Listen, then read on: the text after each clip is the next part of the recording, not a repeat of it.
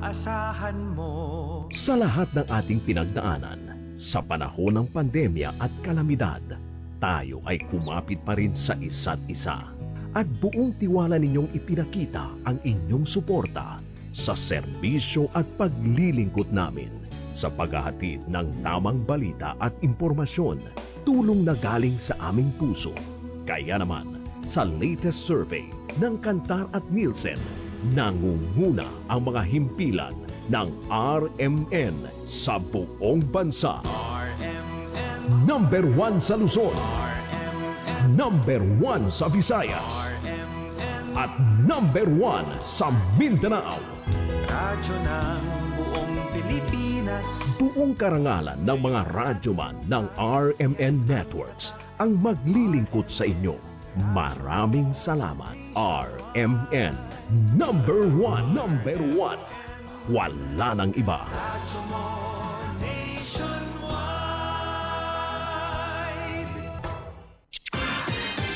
Ito ang DXMY. DXMY. The Music and News FM station of RMN. Sa Cotabato. Sa Cotabato. 90.9.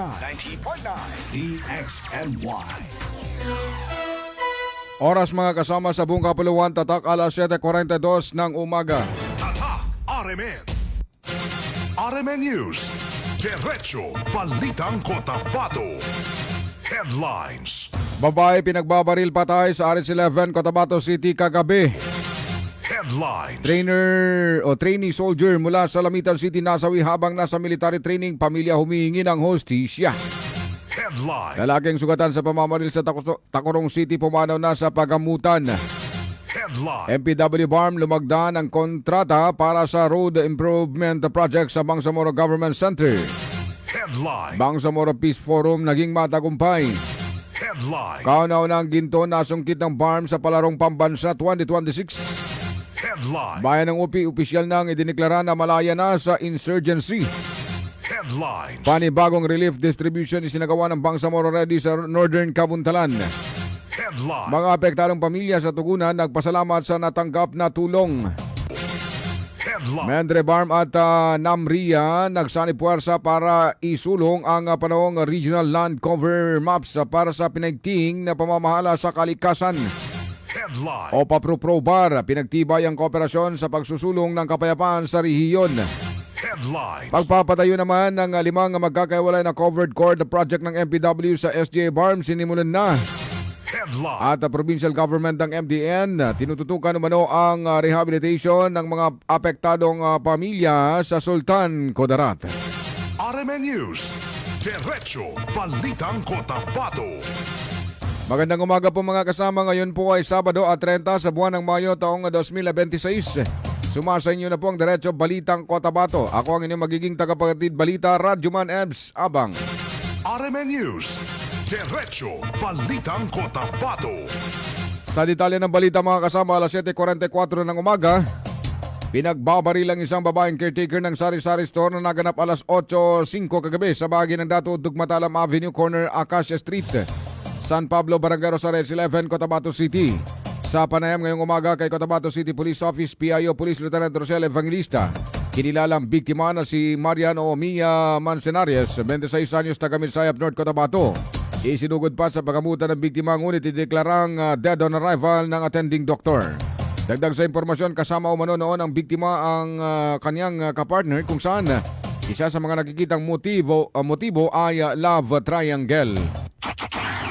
Kagabi po, tama po kayo, meron po tayong shooting incident na nangyari, band 8:05 ng May 29, 2026, wherein nakilala yung biktima na pinangalan ng si Marian Manzanares. Isa po itong babae, 26 years old, self-employed. Currently residing dyan siya sa Dato Udto, Matalam Avenue, San Pablo, Barangay Rosary Heights 11, Cotabato City, wherein may permanent din na address ito dyan sa Midsayap, North Cotabato. During the investigation, disclosed napag-alaman natin na pagdating na doon ng ating mga kapulisan, ito'y naidala na o naisugod na kaagad ng kanyang boyfriend doon sa ating CRMC for medical treatment. But ito po'y na-declare po na dead on arrival by the attending physician.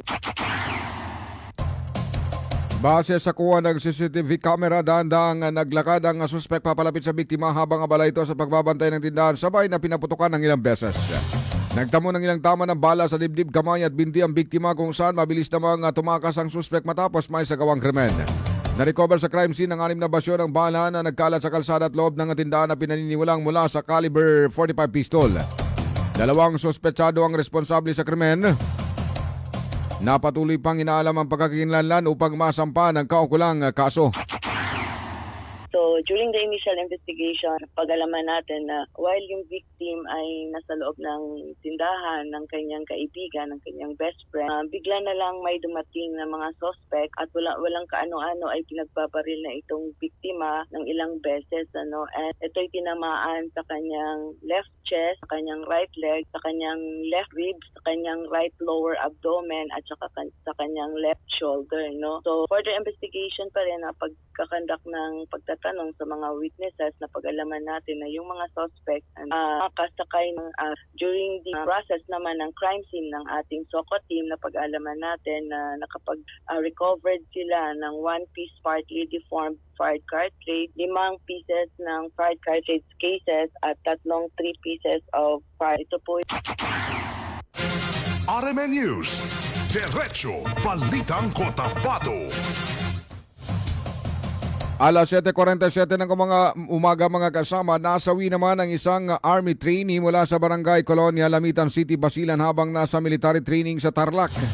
Kinilalang biktima na si Junel Flores na ayon sa pamilya nitong May 19 lamang isinagawang oath-taking ceremony bilang bahagi ng kanyang pagsasanay para maging ganap na sundalo, ngunit noong May 26. Nakatanggap umano sila ng report na nag-collapse si Flores habang nasa training dahil umano sa matinding init ng panahon. Makalipas ang ilang oras, ibinalita na sa pamilya na pumanaw na ang training, ngunit pagdating umano nila sa ospital, napansin nila ang ilang marka at pasa sa iba't ibang bahagi ng katawan at ulo ng biktima, kaya lalong nadagdagan ang kanilang pagdududa sa tunay na dahilan ng pagkamatay nito. Dahil dito, nananawagan ngayon ang pamilya ng hustisya at masusing investigasyon upang mabigyan ng linaw ang insidente. RMN News, Diretso Balitang Cotabato. Samantala mga kasama, nasawi naman sa paggamutan ng pagbabarilin habang minamaneho ang kanyang sasakyan sa Purok Liwayway, Barangay San Pablo, Tacurong City. Nangyari tanghali kahapon. Batay sa paunang investigasyon, pinaputukan umano ng hindi pa nagigilalang mga suspek ang biktima habang binabagtas nito ang kalsada sa pagitan ng Barangay Tina at Barangay San Pablo ng nasaming lungsod. Ayon sa ilang residente, napansin nilang pabagal ang takbo ng sasakyan bago ito tuluyang sumalpok sa isang fruit stand sa gilid ng kalsada at tumuntik pang tumama sa isang water vending machine. Agad namang rumesponde at tumulong ang mga residente upang maisugod sa ospital ng biktima para malapatan ng lunas. Patuloy na iniimbestigahan ng Tacurong City Police ang insidente, kabilang na ang pagsusuri sa mga CCTV footage sa lugar upang matukoy ang mga responsable sa pananambang. RMN News, Diretso Balitang Cotabato. Samantala mga kasama, inihayag naman ngayong umaga ni Cotabato City Police Office PIO Police Lieutenant Dorcel Evangelista na tumungo sa Cotabato City PNP Station 1 ang suspect na si Binars na scammer ng bentang slot sa Palawagan matapos umanong makatanggap ng mga pagbabanta sa buhay. Ani Evangelista, nagtungo lamang umano nitong lumipas na araw si Binars sa PNP Station 1 para ipablatter ang umano'y pagbabantang natanggap nito sa kanyang buhay. Anya pa, kanya-kanya kasing reklamo ang isinampa ng mga biktima nito sa kanyang transaksyon. Patuloy din umano ang pagdulog ng mga biktima upang magsampa ng formal na reklamo, habang ang iba naman ay kumuha na ng sariling abogado para sa pagsasampa ng kaso. Patungkol po dun sa update po related po sa nailabas sa social media about ay paluwagan slot scheme, na benta paluwagan slot scheme. Wherein pong nagsumbong ng mga kababayan natin na naging biktima po sila ng panluloko sa ganitong paraan ng investment scheme. Ito po nangyari din po itong May, wherein simula po ng May 22, meron po tayong mga victims na pumunta po sa Police Station 1 to report yung incidenteng panluloko. As of this point at ito po nakunan na po ng mga statement ang mga biktima natin na more or less nasa 7 na yung ating pa-file ng complaint. And allegedly yung binars na sinasabi nila ay nandyan na po personally po na lumapit sa ating police station. Sa ngayon ay nananatiling na sa kustodiya ng kapulisan sa lungsod ang scammer na si Baynars para umano maprotektahan ang kanyang buhay. Hindi umano may tuturing na pag-aresto sa kanyang ginawa habang iniintay niya ang mga kasong isasampa laban naman sa kanya. Because since alam po natin na nangyari po yung pag-aloko niya, iba't ibang araw, iba't ibang buwan, no, matagal na nangyari. So that's why regular filing po yun, sir. RMN News, Diretso Balitang Cotabato. Alas 7.51 ng umaga mga kasama, positibo naman sa iligal na droga. Tunay na Cebuang na-recover sa drug personality ng police station tumatapos ang panagkaso sa City Prosecutor's Office kahapon. Sa progress report ng Istasyon 2, ang akusado ng si Recto Dalamban ay naharap sa Section 15 at Section 11 ng RE 9165 o Comprehensive Dangerous Drugs Act of 2002. Kung matatandang nasa kote ang akusado sa drug bypass operation sa Pansacala Street, Mother Barangay Rosario Heights, alas 11 ng gabi kung saan nakumpiska nito ng isang pakete ng suspected drugs. Nakakulong pa rin ngayon si Dalamban sa Police Station 2 at hinihintay na lamang ang commitment order nito para ilipat sa City Jail. RMN News, Diretso Balitang Cotabato. Alas 7.52 ng umaga mga kasama, mekaniko, kuno, tinangay ang motor sa pikit. Nabiktima ng panlilinlang ang isang residente matapos matangay ang kanyang motorsiklo ng lalaking nagpanggap umanong mekaniko sa Apollo Street. Poblasyon Pikit, alas 4 ng hapon. Na-identify ang ninakaw na motorsiklo ng isang kulay black gray na Honda XRM F5125 2024 model na may plate number M852FZ at nakapangalan naman kay Aina Saidamen. Ayon sa biktima, iniwan niya sandali ang motorsiklo habang kumuha ng piyesa kasama ang tindera ng isang motor shop. Sinamantala umano ng suspek ang pagkakataon at mabilis na tinangay ang motorsiklo bago tumakas patungong Batulawan National Highway. Patuloy namang inikayat ng may-ari ang publiko na agad report sa pinakamalapit na impila ng pulisya o tumawag sa 0916-1265810 sakaling mamamataan ang naturang motorsiklo. RMN News, Diretso Balitang Cotabato. Isang bagong panganak naman na babae mga kasama sa bayan ng Matalam sa Cotabato ang nabiktima umano ng pagnanakaw matapos tangayin ng isang lalaki ang perang nakalaan sana para sa bayarin sa lying-in clinic. Mas lalo pang ikinabahala ng pamilya dahil isinama rin umano ng suspek ang isang minor de edad na kamag-anak ng biktima. Kinilala ng mga otoridad ang suspek na si Dodong Mohilio na umano'y kumuha ng humigit kumulang 16,000 pesos habang nasa loob ng lying-in facility na tiyakin.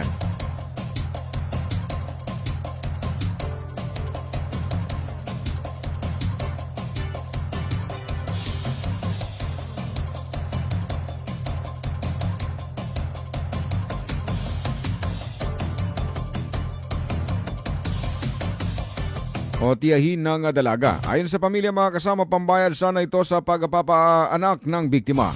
Nai-report na sa Matala Municipal Police Station ang insidente at patuloy na pinaghahanap ang suspek.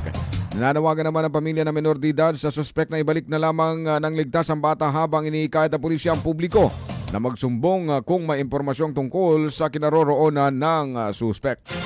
RMN News, Diretso Balitang Cotabato. Nananawagan naman mga kasama si Midsayap MPS sa Chief of Police Lieutenant Colonel Ray Salgado sa publiko na maging mapagmatsyag at mas maunawain sa mga taong dumaranas ng depresyon at matinding problema sa buhay upang maiwasan ang mga insidenteng may kaugnayan sa pagkawala ng buhay. Ayon sa opisyal, mahalagang mabigyan ng pansin ng mga senyales o indicators na maaaring nagpapakita na may pinagdaraanan ng isang tao. Inikayat din ito ang publiko na maging handang umalalay at makinig upang makatulong sa mga kababayang nakakaranas ng depresyon. Bukod dito, iminungkahi rin ng opisyal sa mga ospital na kung mapansing nakakaranas ng depresyon ng isang pasyente, mas mabuting ilagay muna ito sa mababang palabag gaya ng first floor upang maiwasan ang posibleng insidente at mas mapaghandaan ng maayos ang kanilang kalagayan. Ginawa ni Salgado ang payag kasunod ng naitalang insidente na matapos tumalon sa 4th floor ng isang ospital sa bayan ang pasyente nga nakakonfined.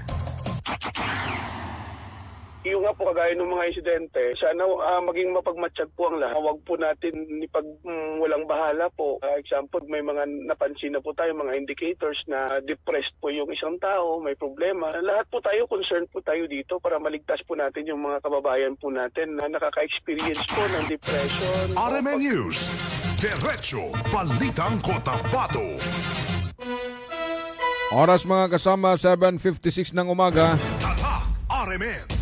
Uy, nakadungog na ba ka sa balita? Ang imong paborito na Milo na anay twin pack. Sulit kaayo sa kalami ug sustansya. Sa presyong 17.50 pesos SRP, makaduha ka baso na. Unsa pa imong ginahulat? Palit na og Milo twin pack sa imong suking tindahan. Mag Milo everyday. Drink Milo every day.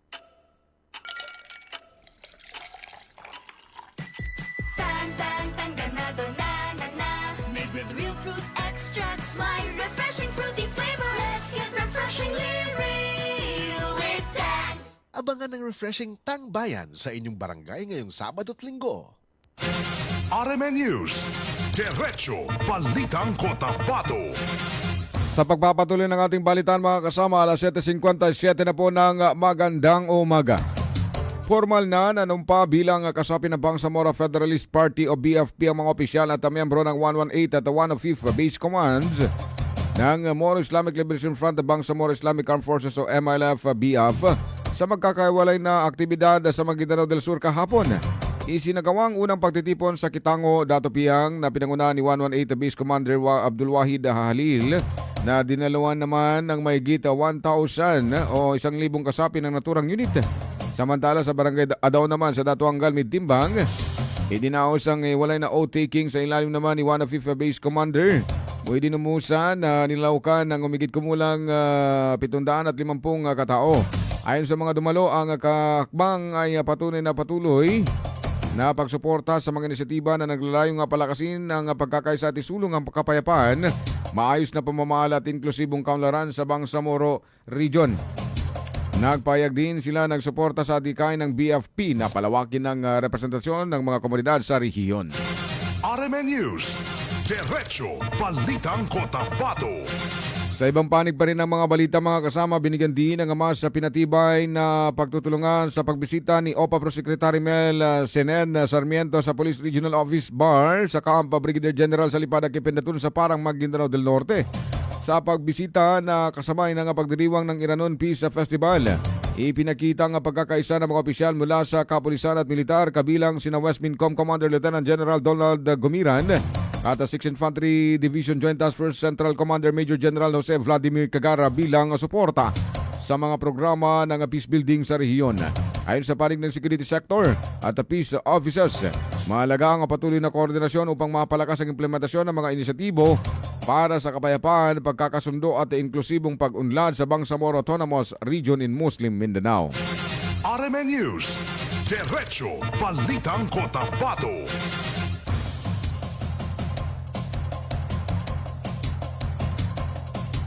Alas 7:59 ng umaga mga kasama, patuloy na tinutukuan ng Provincial Government of Maguindanao del Norte ang issue ng lupa na kinakaharap ng ilang residente dyan sa may barangay Dalumangkom, Sultan Kudarat, Maguindanao del Norte matapos ang isinagawang dialogo na pinangunahan ni Governor Dato Tukaw Mastura.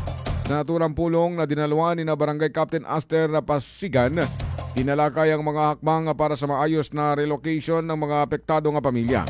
Binigyan din ng mga opisyal ng pangangailangang mapanatili ang kaligtasan at kapakanan ng mga residente habang inaayos ang usapin sa lupa. Nagpapatuloy ang koordinasyon ng provincial government sa mga kaukulang tanggapan upang matiyag ang sapat na tulong at maayos na proseso ng paglilipat para sa mga apektadong pamilya. RMN News, Diretso Balitang Cotabato. Alas 8 na po mga kasama, yung punto ng umaga, kitang-kita ang saya at mga ngiti sa mukha ng 1,315 pamilya sa Barangay Lagundi, Tugunan matapos silang bigyan ng family food packs at malinis na tubig ng MSSD nitong Huwebes. Kahit binaha ang kanilang lugar, nagatid ng pag-asa sa mga residente ang mabilis na tulong. Nauna nang binigyan ng mga apektadong residente ng mga jerrycan para paglagyan ng malinis na tubig inumin noong May 24 to 25 ng kasalukuyang taon. Ang maagang tulong na ito mula sa Ministry of Social Services and Development o MSSD at local government units ay naglalayong maibsan ang hirap ng bawat pamilyang nasalanta. RMN News, Diretso Balitang Cotabato. Bilang panguling balita mga kasama, isang makasaysayang tagumpay ang nakamit ng Bangsamoro Autonomous Region in Muslim Mindanao Athletics Association of Barmaa matapos masungkit ang kauna-unahan nitong gintong medalya sa palarong pambansa 2026. Pinangunahan ni Al-Gamidi Hamja ang makasaysayang panalo matapos magawagi sa penkakasilat tanding Class E category o secondary boys. Kasama niya nga nagdiwang sa tagumpay sina Coach Norbin Catuela at Assistant Coach Jeneline Omnos na naging mahalagang bahagi sa paghahanda at tagumpay ng atleta. Ang panalong ito ay hindi lamang karangalan para sa koponan kundi pati na rin sa buong Bangsamoro Region na patuloy na nagpapakita ng husay at talento sa larangan ng palakasan. Radyo mo nationwide. Alas 8:02 ng umaga mga kasama. RMN News, Diretso Balitang Cotabato. Morning muna sa ating mga viewers, si Ahmad Inok. Assalamualaikum, mapimapita Idol Ebs. Watching from Tenorio Awang Diwa sa Sukran, miss you too, Idol Ebs. Si Norma Uto sa Madalan, good morning din po. At sa iba pang mga nakikinig nanonood sa mga sandaling ito, mapimapita ho mga kasama. Happy weekend nga pala, no? Malamig pa rin ang umaga natin ngayon. Dulot ito ng malakas na ulan o pag-ulan kanina o kagabi hanggang kaninang madaling araw. Kaya alam natin ang iba, nandiyan pa rin sa kanilang mga higaan. Nakahiga pa rin, nakalatay pa rin. Parang ayaw pang bumangon. Kumari, bangon na ho. Dahil tumataas na rin ho ang araw. Si Ma'am Julieta Losario Pagubo, good morning po ma'am. Norma Uto, si Idol Kosaka, si Noraini Maito. Anis Tilampa Kamed, good morning. At sa iba pa mga nakikinig nanonood sa mga sandaling ito, mapita ko mga kasama, good morning. Maraming salamat mga kasama. Yan na po ang kalipunan ng ating Diretso Balitang Cotabato ngayon pong umaga ng Sabado, pang Sabadong edisyon. At 30 mga kasama sa buwan ng Mayo taong 2026. Wag ko kayong aalis dahil susunod daw ang programang Tudtulan ni Papa. Hatid sa inyo mga kasama ng tanggapan ni Member of Parliament by Ali Sansaluna Caron at ni Member of Parliament Attorney Omar Yasser Sema. Sa ngalan ng ating station manager, Radyoman Sir Erwin Kabilbigan, sa ating news writer ngayon, Radyoman Juldy Mapalaw, mga partners natin sa kabilang silid, sa ating technical si Radyoman Danilo Dani Malaran, sa digital si Radyoman Ricardo Kuya Eric Madamba Jr. Ang inipong lingkod, nag-iisang Radyoman, Ebs Abang ng DXMY. Maraming salamat po mga kasama, magandang umaga, tatak, Arimen. Buo ang integridad sa pagkalap at paghahatid ng mga balita. Walang haka-haka, walang duda, buo at totoo ang mga balita. Kapag tatak, RMN.